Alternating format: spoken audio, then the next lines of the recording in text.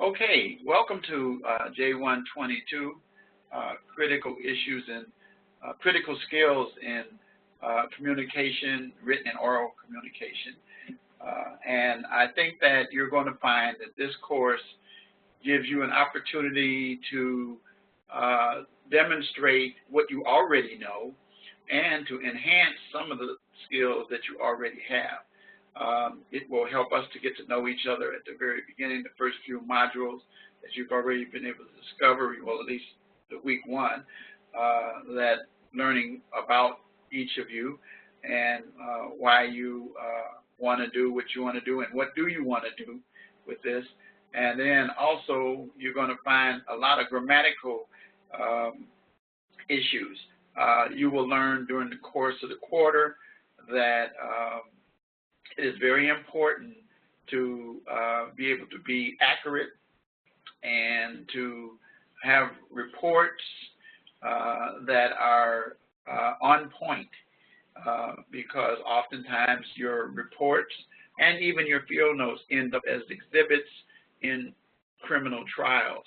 And so you want to be very accurate. And during the course of the next 11 weeks, I will share some experiences that I've had, how as a defense attorney, I was able to manipulate reports that were submitted by law enforcement and police officers and to keep you conscious of how important even the most innocent of errors can be. So we're going to be doing that.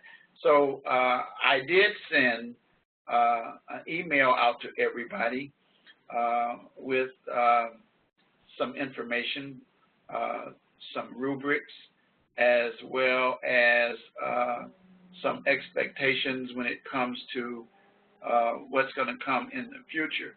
I also sent you an article, two articles actually, one on communication and the other on how to write a police report. You can keep those handy because you're going to use those reports later on in the course.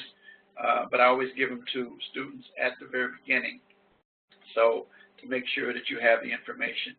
So I've given rubrics as far as the discussion posts are concerned. Most of you guys are familiar with it. I know, Sean, that you are familiar with my methods and policies for submitting discussion posts. And so anyway, with that, I'm going to go right into the lecture. Let's go right into what we're going to share with you. First thing that you see here is me, again, my information, my phone number, and then a passage which you're familiar with. Students can call me, text me, email me any hour of the day except the 25th hour of the day. I mean that. And I don't just throw it out there. You know, there are some people who say, yeah, people say stuff, but they don't mean it. Well, I have another policy, and I say what I mean what I say. You could ask my kids. They'll tell you that about their dad. Oops, you know what? I got to back up. Got to back up. Oh, I am recording. Okay.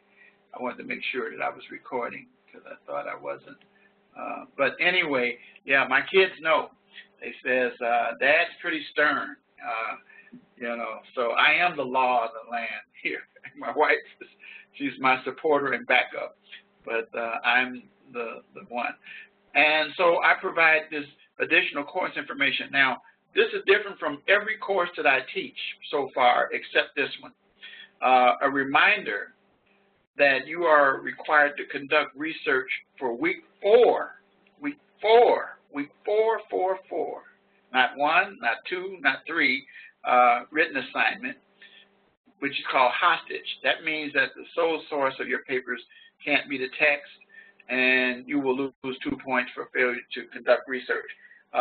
This course doesn't use APA a whole lot. You do not have to use APA in any assignment except this one right here. And it must include the APA citations and the body and references at the end. And then here I provide some details to help students. And this was designed really for Q1 students who are just coming in. But veteran students can benefit from this as well. I give links to this library answer link, and it involves peer mentor versus tutor. Now, peer mentor is kind of a new thing. We decided that we would do like a lot of schools do. You have, the way I was in law school, when I was a senior, the incoming class, I ended up being appointed as like big brother to help them to break into the program. Well, it's the same kind of thing, big brother, big sister program here, where you have students who've already been in the program, and many of you won't need it, but it's there for students who are new, and there's some of you who are new to the program. There's some people who've been away from college and coming back, so we want to help. And then there's a option for tutoring, which we're going to talk about that. They did something really cool this quarter at our request. The School of Justice Studies is really fortunate to have two really great library and learning center individuals. The librarian, Suzanne Schreifer, and Bethany Marston, who is the Learning Center Coordinator for the School of Justice Studies, and they work diligently to provide resources to help students to succeed. And all of this information in this box, I incorporated in here, and there's going to be another place that we're going to come to in a little while over on the left side that says Helpful Student Resources. When I get over there, I'll show that to you. But right now, I'm over on this side. So you could click on these links, look at them, take a look at them if you need them. Helps you with writing and research as well, okay? We have plenty of resources. And while I'm talking about resources that are used, never ever use Wikipedia. Wikipedia is a very unreliable source, and it's not academic at all. In fact, many students know why, because it's a word-based website, which means anyone can change the information that's in there, and to change the information, they can change a date, they can change some details, so it's not reliable. So never use Wikipedia. Never, never, never, never. Not hardly ever, no, never. And then this is our schedule for live lectures. We are doing the open house today, and then our live lectures will start next week at 8:30 Central and end 9:30. We may even end before 9:30, but most in this class won't go beyond 9:30. Sometimes it goes a little longer, but most of the time in this class, it really doesn't, because there's so much hands-on stuff. Our lectures will take place in week 2, which starts next week, week 4, week 6, week 8, and week 10. So I will archive these lectures and send them, but I do encourage students to attend. Unfortunately, students don't attend things that are not mandatory.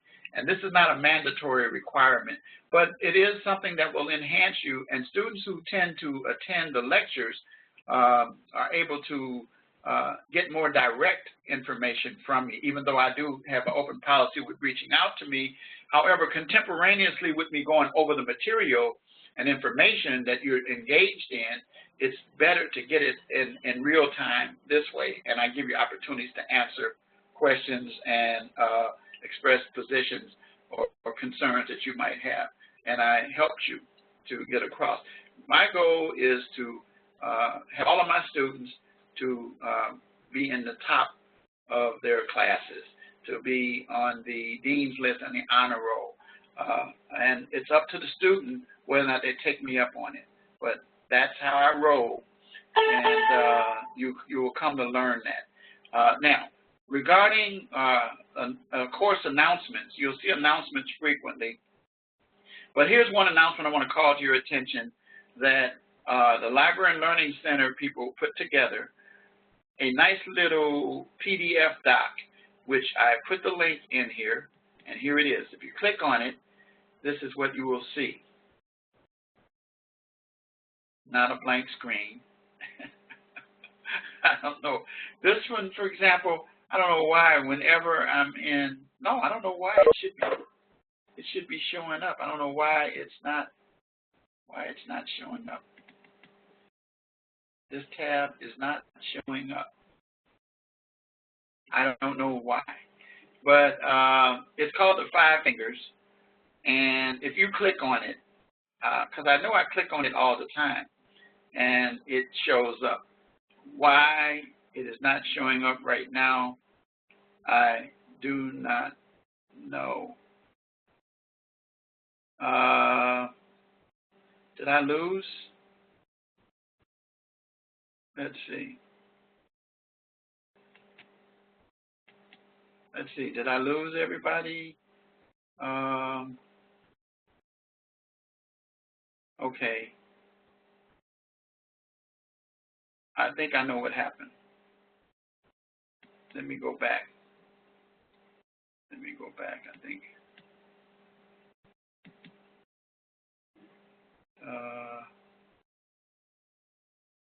Let's go back to WebEx.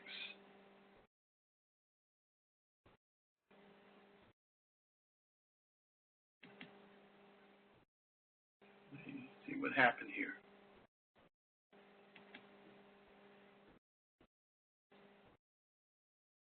Okay, no, that's not it. So I don't know what's happening there. I gotta stop sharing and go back to the classroom, and let me get rid of this, and then let me go back and do this. I don't know what happened here. Let's go back to Blackboard.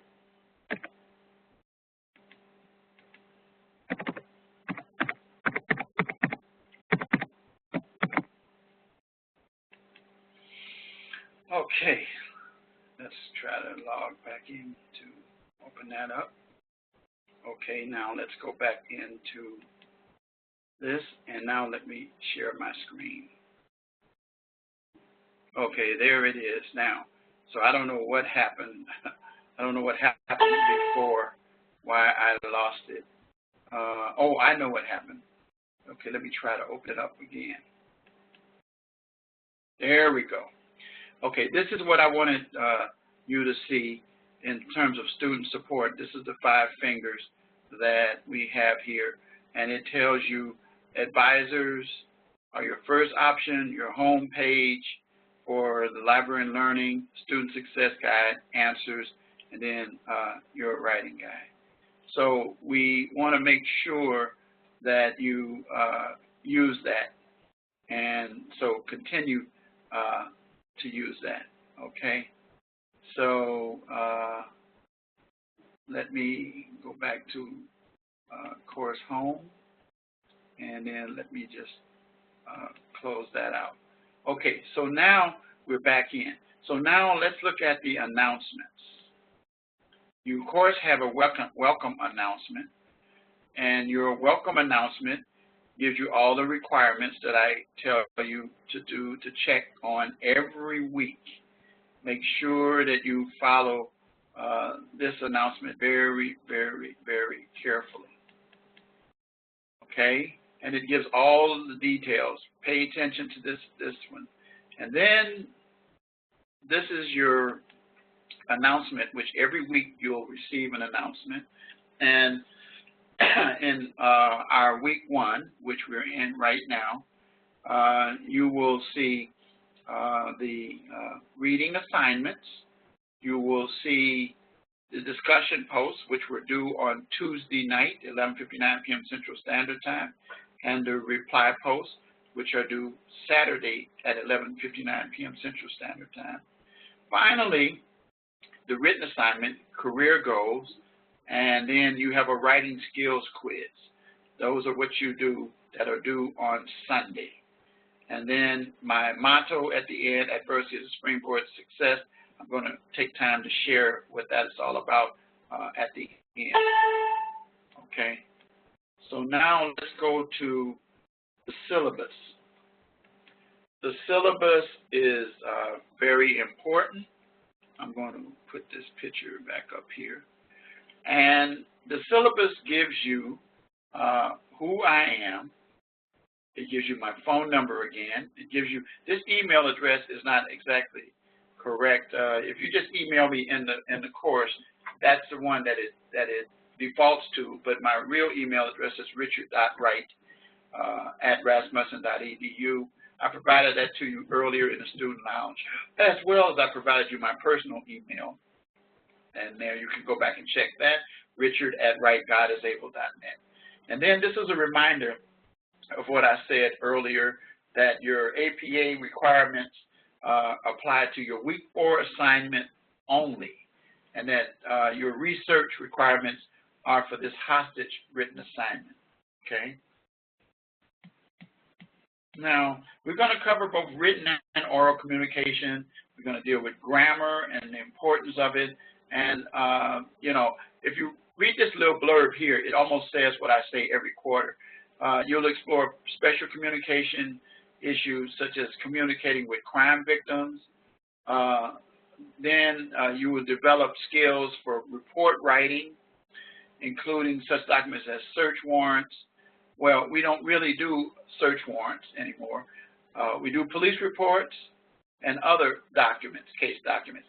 You'll evaluate the impact of a proper report and document that because many times they end up in legal proceedings. And you'll review the importance of effectively translating written work into courtroom testimony. We'll be talking about that as well during the course of this quarter. These are the 2 texts that are involved. And then we've already talked about discussion posts. But be aware that discussion posts should not just be a one-liner or very brief. I want details. I want to see some analysis, some critical thinking. I want to see that you've also taken some time and thought about the topic as you answer. I do encourage you to reply to more than one discussion post, but it's important that you get your discussion post in on Tuesday, 11:59 p.m. for your initial post, and Saturday, 11:59 p.m. Central Standard Time. Okay. So now your course will consist of readings, your discussion posts, your written assignments. Now, your written assignments will involve, like I said again, basic analysis, and the main written assignment that you have is in week 4. Other than that, you'll be providing information about yourselves. There will be quizzes to help you with your writing skills each week. And then there is the course project. And we're gonna talk about that in just a few minutes. And then this is a reminder of the research for week 4. So let's look at how the grade is arrived at. Your discussion posts, you'll notice, are the biggest portion of your grade. The biggest, almost 41%. So you get 10 points for initial posts that are done well and on time, 10 points for reply posts. Your written assignment is 150 points, and you'll get points for those throughout every week, every module. They're graded differently. As I said, you don't have to worry about APA except at week 4. And that constitutes roughly 29% of your grade. So roughly you've got up here pretty close to 70% of your grade. Your course project is 18.5%, though it's 100 points. So you don't want to lose 100 points because you can end up with 440 points. So your course project will consist of several phases of it, and you will be dealing with it in week 5, week 7, and I think week 9. Anyway, you'll see as we go along, and we'll talk about the general aspects. The first portion of your course project is going to be field notes, and you'll have various scenarios that are given to you. Your quizzes, 70 points or 13%. So your total is to get 540. My goal is to have students in the first 5 categories. And I don't want any student ever to call me and ask me how to get a C in my class. I won't answer that because I don't produce C students. I like to encourage and produce A and B students. And don't ever, as a few students have called me and asked me, what can I do to just, I'm in trouble, I need to just pass your course. What do I need to do? I'm not going to answer that for you. I refuse. And you won't ever get an answer from me out of that because I don't spend time producing these kind of students. I spend time producing A and B students in these 5 categories, okay? Now, these are your expectations from me. I respond to messages very quickly. I provided my information in the syllabus. I conduct the lectures, 6, including your open house. I'm only required to do 1. But because I like to do hands-on with students, and I'm a student-oriented professor, I like to help students. I like to encourage students. I do these lectures. And oftentimes, students don't attend, and it's just me talking, but I do record them. But I do encourage you, and I encourage you to take the time. Students say, well, do I have to attend? Are they mandatory? I'd get real good attendance then. But the school hasn't made that decision yet. Now, they are going pretty soon to 5.5-week courses for all of these courses. In those instances, then there's going to be mandatory live lectures, I'm told, which is all fine with me. And so if you can imagine what's going to happen in 5.5 weeks when you have 11 weeks for one course, it's going to be really, you're going to buckle down. So I don't know how that works because I've never taught one, but we will be doing that in the future, and that's the direction that the programs, all the programs are heading into. And then I facilitate class discussions as well. We engage in the opportunity to help you as students in this college to become proficient in the following transferable skills. The term transferable skills means what it really says. Transferable from school to your workplace, to your career, so that you can be successful. And these skills, if you really stop and think about it, are all essential in being a good whatever you want to become. So since we're talking about criminal justice, working in the criminal justice field, whether you're going to be a law enforcement officer, you're going to end up being a detective, which is the same as a law enforcement officer, but at a higher level.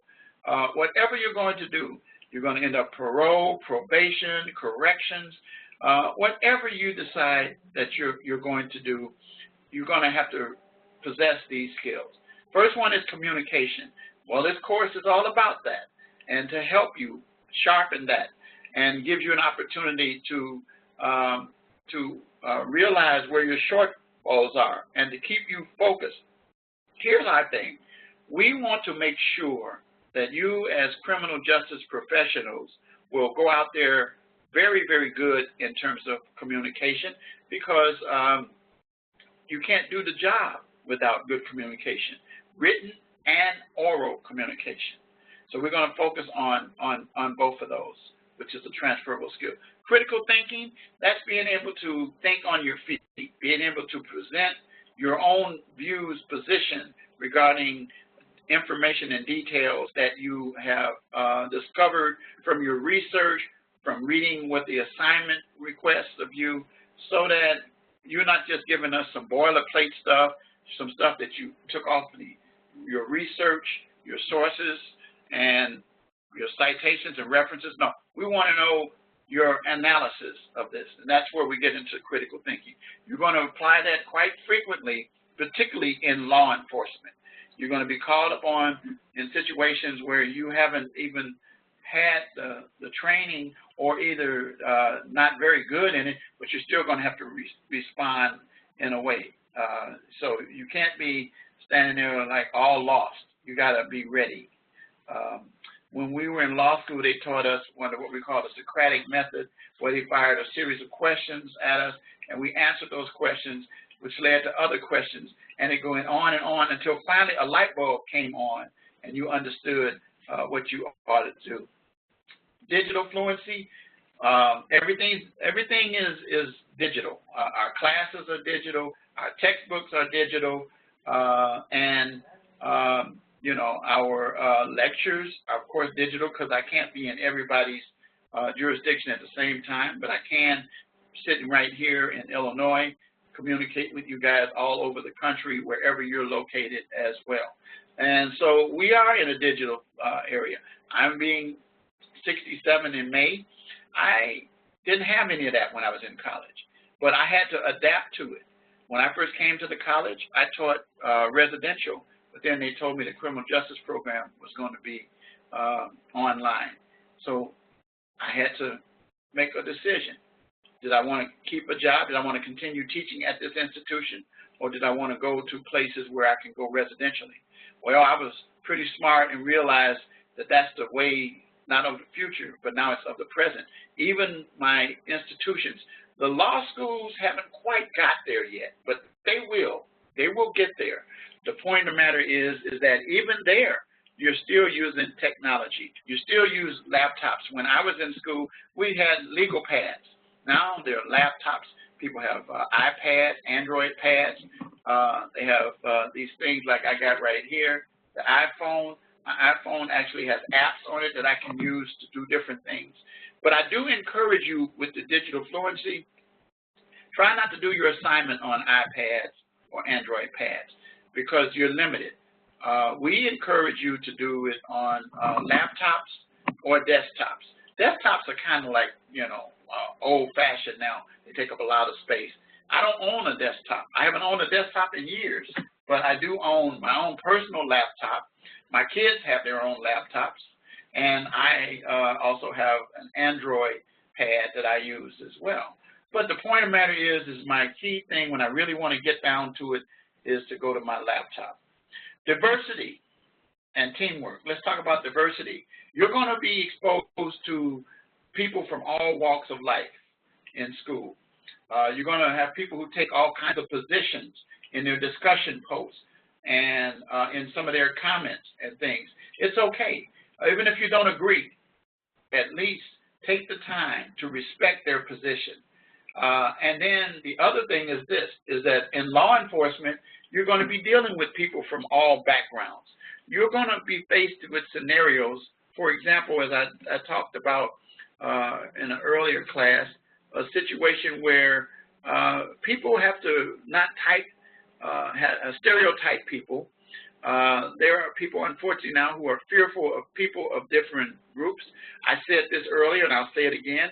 I actually was in a seminar with actual police officers, some commanders, some heads, and what came out in one of these seminars was that there was some who still had the propensity, who believed that blacks had the propensity to commit crime or be criminals. And that's a sad statement. Crime knows no race, knows no culture, knows no ethnic group. Crime is across the board. There are different levels of crime, but it's still crime. But my point of the matter is that just because a person is different from you, you don't presume that they're going to be a criminal. For example, just because a person is a Muslim, and if they have their garb that they wear, that doesn't mean that they're trying to stick up a place or cover it. It's based on their culture and religious beliefs. So you have to be open-minded to that. You have to recognize the fact that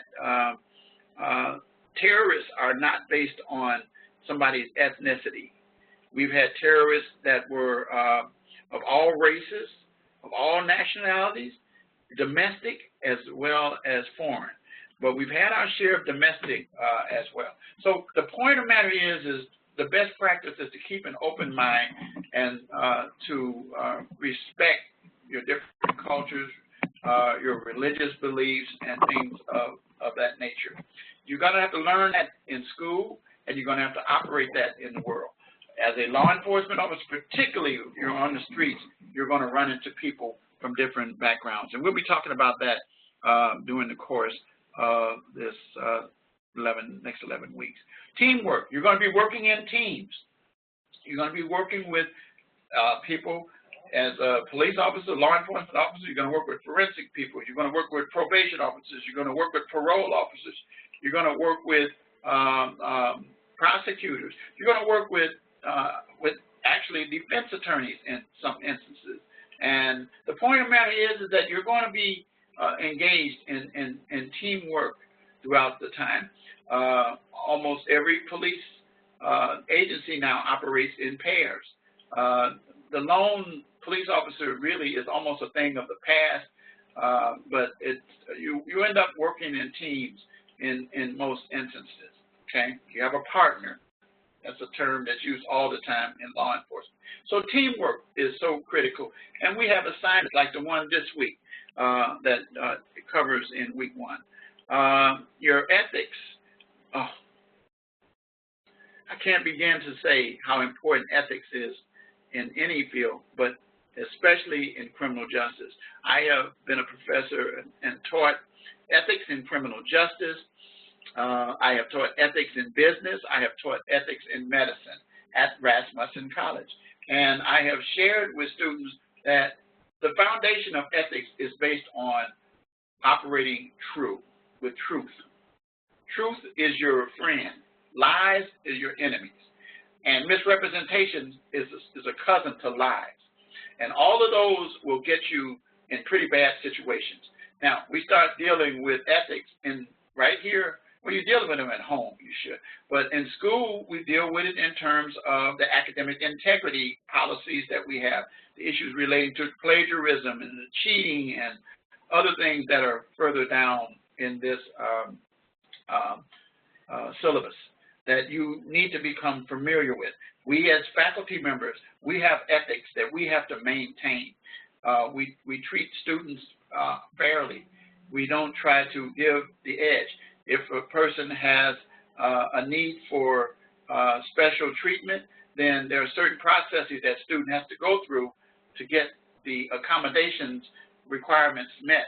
And then we will do everything that the law tells us to apply.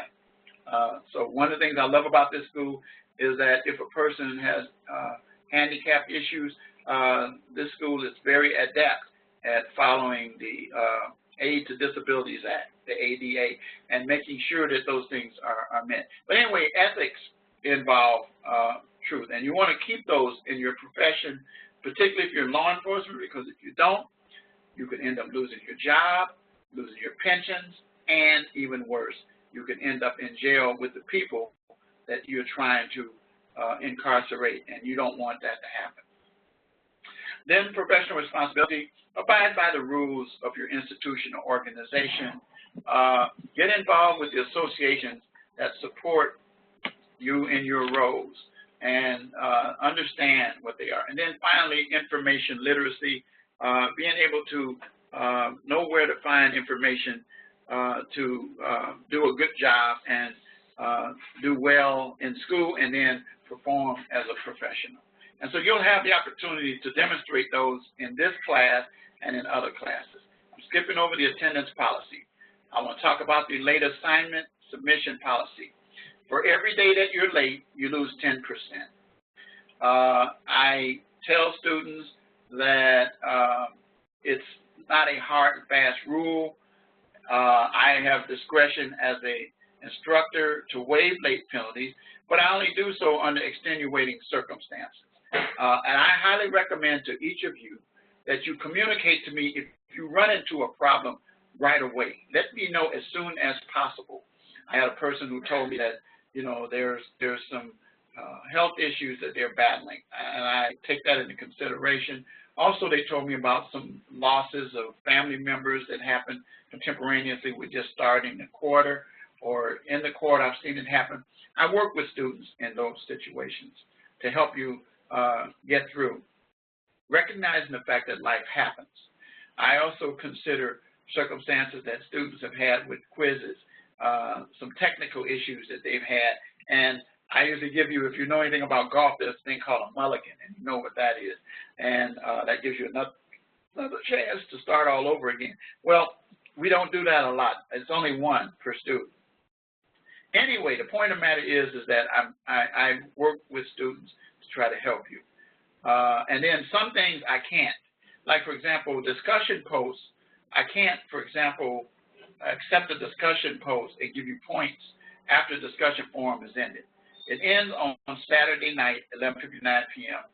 If you submit it on Sunday, I will give you, take a point away.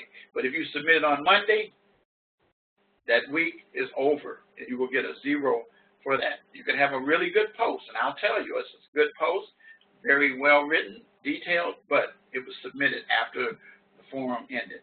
And so that's a school rule, and it tells you right here, online discussions conclude at the end of the current week's module. Discussion posts made after due date in the current week will not be accepted, which means you'll get a 0 for those, okay?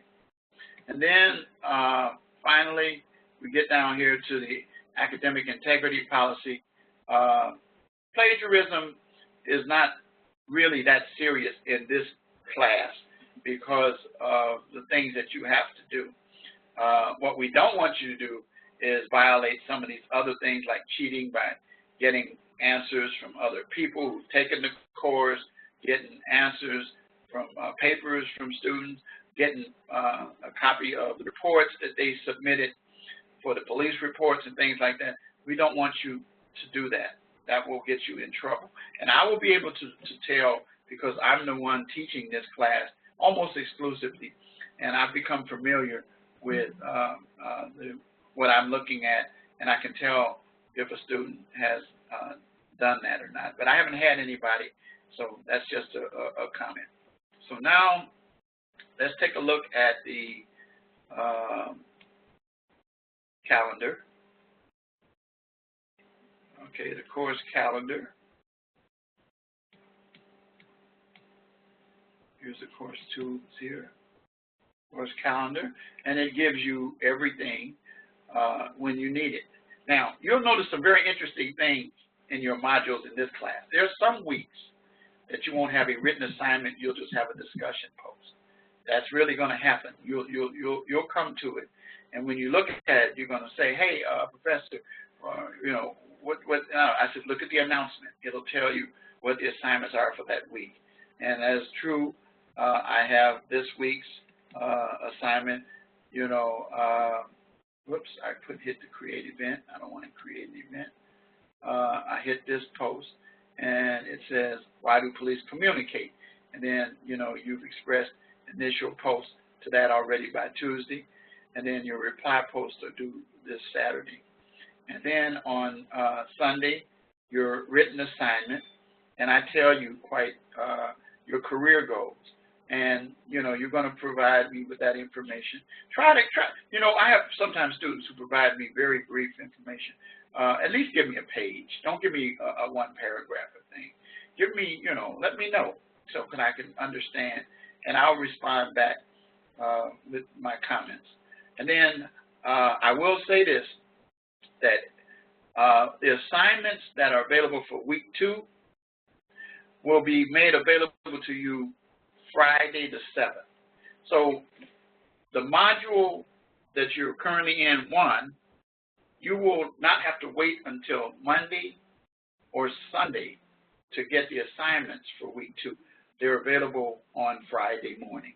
So you should have those, and you can look at and see where you're going from there.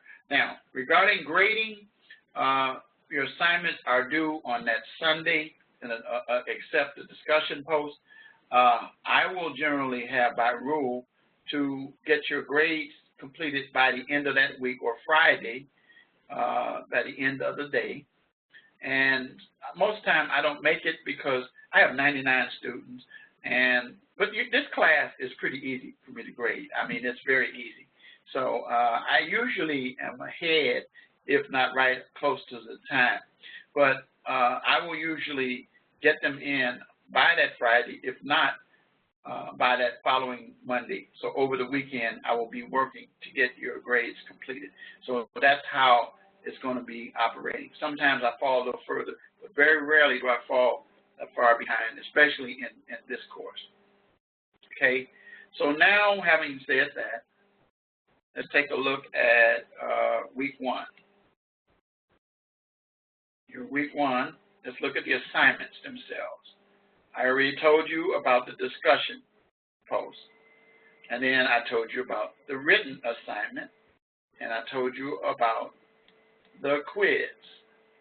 Okay, so it says 2 to 3 paragraphs. So that's why I said that's basically almost a page. Give me that. Don't give me 1 paragraph, but 2 to 3.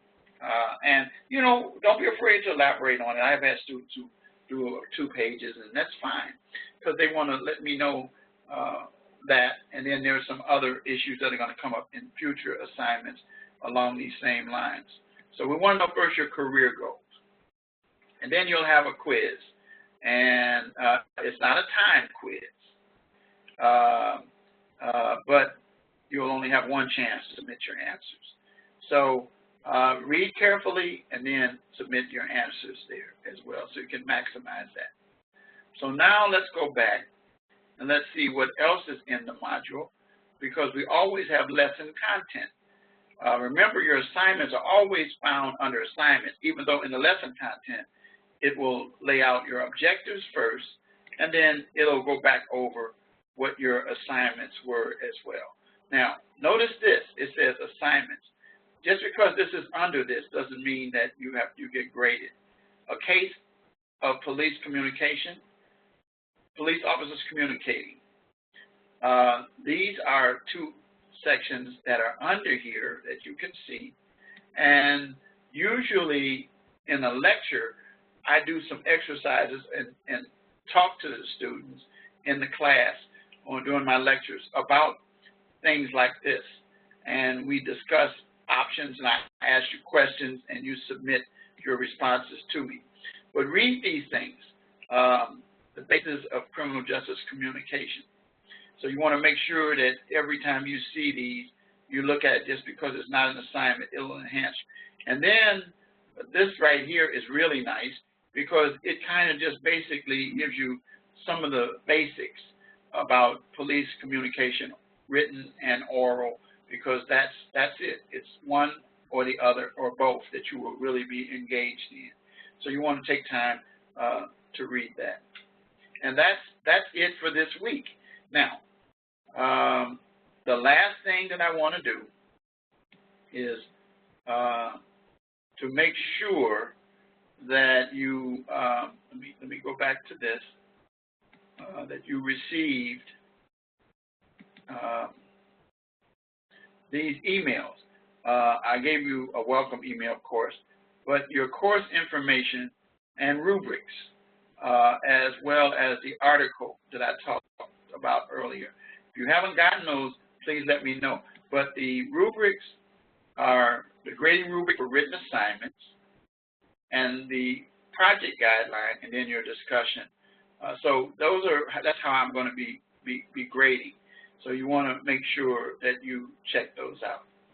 So I'm going to go back to the classroom, and then I'm going to just take a few minutes to explain to you what I mean when I say adversity is the springboard to success. And I know at least one student knows about this because it was in he was in a prior class, another one of the classes that I taught. But anyway, here's the deal.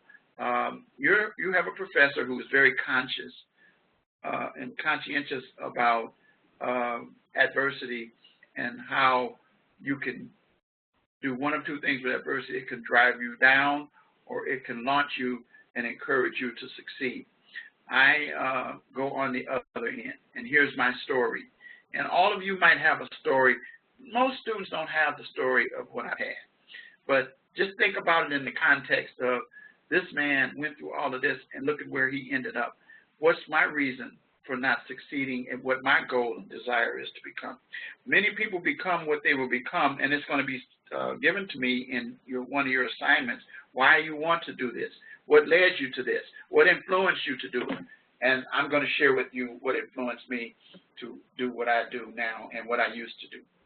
When I was a kid, 7 years old, in 1957, before many of you were born, my dad was murdered in front of my face, stabbed with a knife in the forehead. I will never forget it because I have a photographic memory. But at any rate, the guy who did it, it was domestic. It was in the house. Turned out to be my mother's live-in boyfriend, and my dad confronted him about the affair, and he took out a knife and stabbed him. In the bedroom where this happened was myself, a 7-year-old, and 5 younger sisters. He did not go to jail on a technicality, and he ended up living in the house with us. He used to beat my mother after that, so thus I grew up in a home of domestic violence. And it was pretty tough and pretty bad. At any rate, he fathered 2 more children between 57 and 63. And in May of 1963, Memorial Day to be exact, he murdered my mother. Not in front of us, but he murdered her. And that left 7 girls and myself, being 13 years old at that time, without parents. We were brought back from Indiana to Illinois to live with an aunt. She didn't want us there. Another aunt took us all in, and we lived with her for a while. But there were problems there because her husband and I didn't get it along because, number one, he wanted me to take his name. I didn't want to take his name because I was the only one who could carry on the name, and he didn't respect that. So we had problems from the very beginning. So anyway, I continued with that. And then by the time I was 14 years old, I discovered that the man who killed my mother and father pled guilty and that they were going to sentence him to 10 years. Well, I said, oh, okay, I guess that's okay. But it was brought to my attention that 10 meant 5 because you had good time at that time, day for a day. And also further brought to my attention that if he performed well while he's in prison, stayed out of trouble, he would get a year and a half, possibly knocked off. So he could serve 3.5 years. That created a real dilemma for me and troubling for me. But when I get troubled, what I do is I seek answers. And I needed to know, why is this? Could someone tell me what can be done to change this or to help me better understand it? And so finally someone told me there are these people called, the legal system is run by these people called lawyers. And I went to school at the grammar school I was going to and asked the librarian, did they have any books on attorneys or lawyers? They had one book, and it wasn't a big book. And I checked that book out and read it from cover to cover that night. The next day, guys, anybody I met, I told them my name is Richard Wright, and I'm going to be a lawyer. Well, as it was, 14 years later, when I was 28, I'd walk out of Northwestern University School of Law with my law degree in hand. You have a picture of what that looks like in the student lounge in my welcome post that I put in. But in between that period of time, a bunch of things happened to me. First of all, number one, I got my first job right out of high school at a law firm in the mail room. And when I got there, I let the lawyers know the same thing I let everyone else know, that I was going to become a lawyer. I, at the same time, registered into college. I couldn't afford to go to 4 years, so I went to a junior college in Chicago called Loop College, which is Harold Washington, part of the City College of Chicago. So I went there, and I went to classes at night because I worked during the day. I got married right away and came 2 children, one in 71, one in 72. And so I continued through college with those kids, working 40 hours. I didn't have a car. I used public transportation. I studied on the L, the bus, the train. We didn't have laptops and all of that. I had actual books. I had paper, and I had to read and write and use what they call those markers in the books. And so anyway, the point of the matter is that I stayed diligent. I would have to be at work at 8:30 in the morning, and classes started at 4:30. I'd get off of work at 4 and have to rush to class. And then I'd get out of class at 10 and then be on the L, or the train, about 10:15 to 10:30. And I would take that to get home. Well, I did that. I stayed on it. I stayed on the honor roll, the dean's list. I ran into some challenges along the way, but the law firm saw what I was doing. So they promoted me from a messenger, where I was making hardly any money, but the experience of exposure to get in the door was so valuable to me. And then I became a file clerk in the same law firm.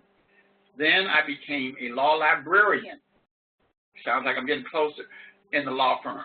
While I was a law librarian, my job was to take care of the books, shelve them, keep them in order for the lawyers.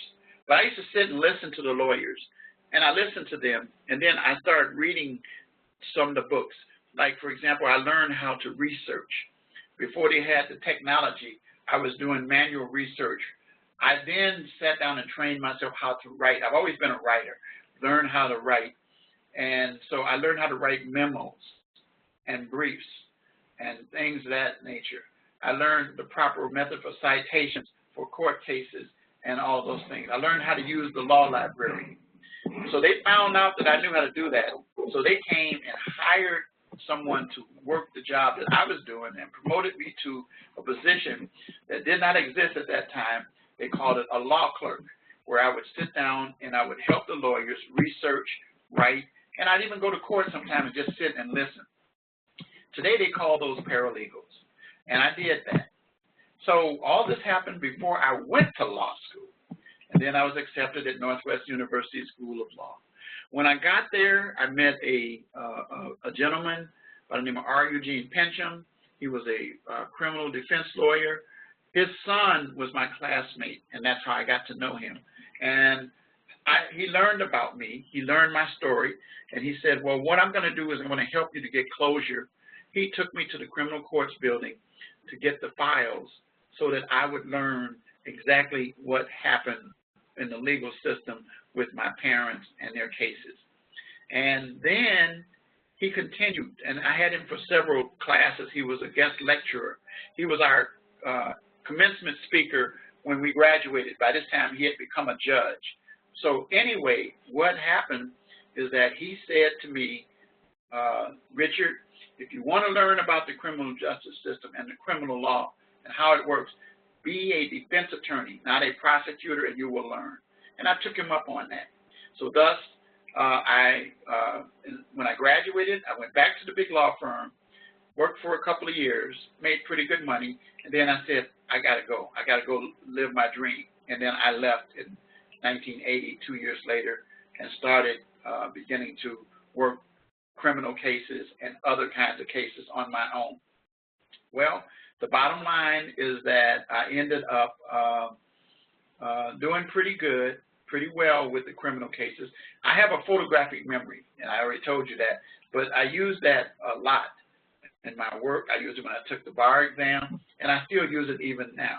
But the point of the matter is so I matriculated through law school. You know, it wasn't a breeze. It was tough, very tough, very, very, very tough. I got my first car when I was in my first year of law school, and it was a 1966 Chevy Impala. And that car took me through law school.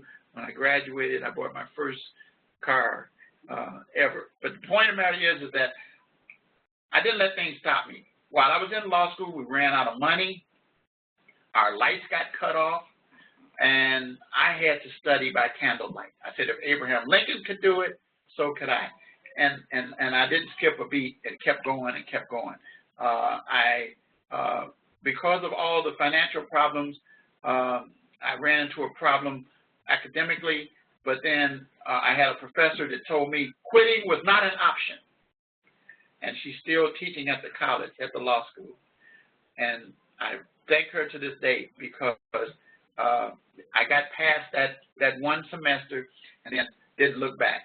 Well, the point of the matter is that I ran into adversity all along the way, guys. And As a result, when I started practicing law, I met a lot of people. I started getting a lot of cases, and then I became the village attorney in a town that was pretty tough to deal with. I became the village attorney, and I was told that I asked if I could carry a gun. They said no, only law enforcement people could. So I said, well, what if I want to do that? They said, well, you have to go through some special training. I subjected myself to that training.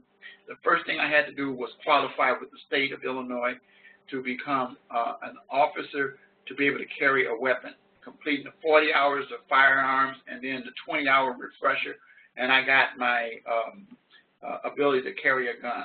I got my badge and all of that. I took some more courses, and it was interesting. Criminal law for police officers, as you can imagine, that was like, everybody laughed, you know, but I had to go through it.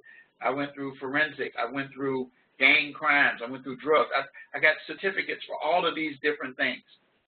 And in the meantime, the police department had a problem. The chief turned out to be indicted for corruption. And so the new chief came in, and he found out he could trust me, and I started working with him on internal affairs, working with the feds and everything behind the scenes. And there were some police officers who were wired, and I knew all of that stuff. But I did all of that stuff. So all of that leading up to where I ended up, and then I went to seminary, 91 to 93, and became a minister, and went to study for Master Arts in Religion. The fact of the matter is this, guys, is that I kept moving forward. I had more kids to come when I graduated from law school. My third daughter came, and then after that, I have 5 more kids.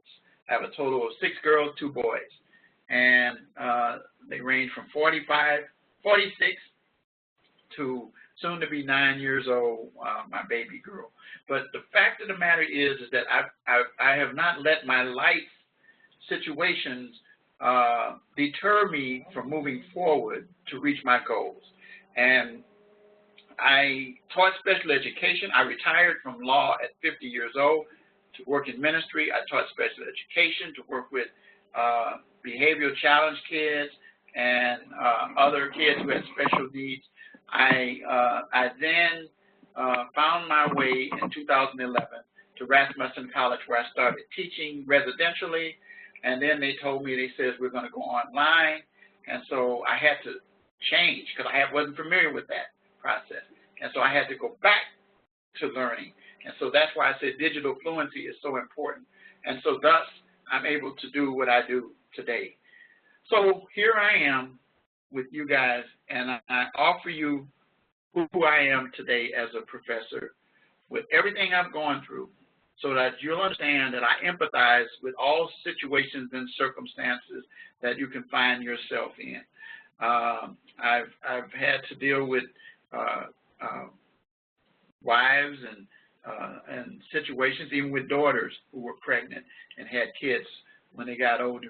I had to deal with all kinds of things. I have grandkids as well. So the fact of the matter is that you have to really keep your mind focused. So I am a representative of success for you, and that is why my motto says adversity is the springboard to success. You can use it to launch yourself. You can do well, and you're not being taught by a person who lives in an ivory tower. No, I understand. I have my feet on the ground. I understand that life happens, and we together, I call us a team, and I say this in my student lounge information that I give you. We together as a team. I'm not this professor up here. That's why a lot of times I tell students, call me Richard. Some people call me Professor Wright. That's fine.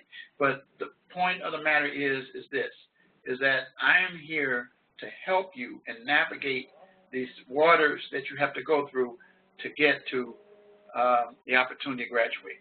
2 of my favorite things are going to academic awards ceremonies, where I see students who have excelled and got the A's and the B's. And then the other one is graduation. I get a drive every time. And then I continue to communicate with students even after graduation. I am very open to my students. Some of my students have taken me up and hit me up for LinkedIn, on Facebook. I'm Richard Wright, JD, which stands for Juris Doctor, and send me a friend request. I'll be happy. You know, some people inbox me. I've had a few students that they will inbox me instead of emailing me or texting me. And then, you know, I'll respond to them in that way. The point of the matter is that I'm available to you, and take me up on it. So with that, it's 9:30 now. We're ending right on time. And so I'm going to say good night to you. I hope I see you guys next week for our lecture. I hope more of you will be here, and that will continue to come out for our lectures. Remember, after next week, we only have 4 more after that. So you guys, again, continue to do well. And you guys have a great rest of your week and a good evening. Good night.